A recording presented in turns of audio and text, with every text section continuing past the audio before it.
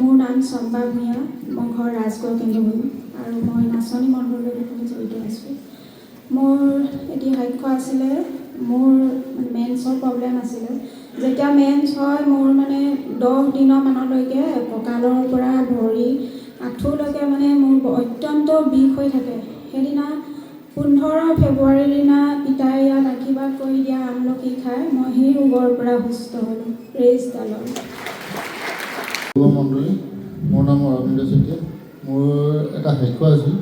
মই মোবাইলত সাক্ষ্যটো দিছিলোঁ, কিন্তু মোবাইলত ভাল নোহোৱাৰ কাৰণে আজি আহি নিজে ইয়াত দিম বুলি ভাবিলোঁ।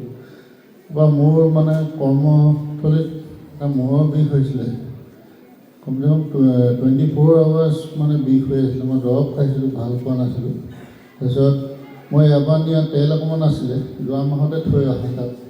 সেই তেলৰ পানী এগিলাছত তেল এটোপাল দি কিনি খাই দিলোঁ আৰু মূৰত অলপ ঘঁহি দিলোঁ। তেতিয়া মোৰ ভাল হৈ গ'ল। প্ৰেজডালত ধন্যবাদ দিছোঁ ঈশ্বৰক। আৰু পেটৰ গেছ হৈছিলে, গেছটো ভাল হৈ গ'ল।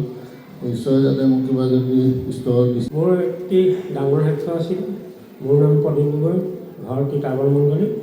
মই 2024 চনতে কেঞ্চাৰ ৰোগত আক্ৰান্ত হৈ অসুস্থ হৈ মই ভৰিয়ে খোজকাঢ়িব নোৱাৰা অৱস্থা হৈ গৈছিলে, বিচনাতে পৰি আছিলোঁ।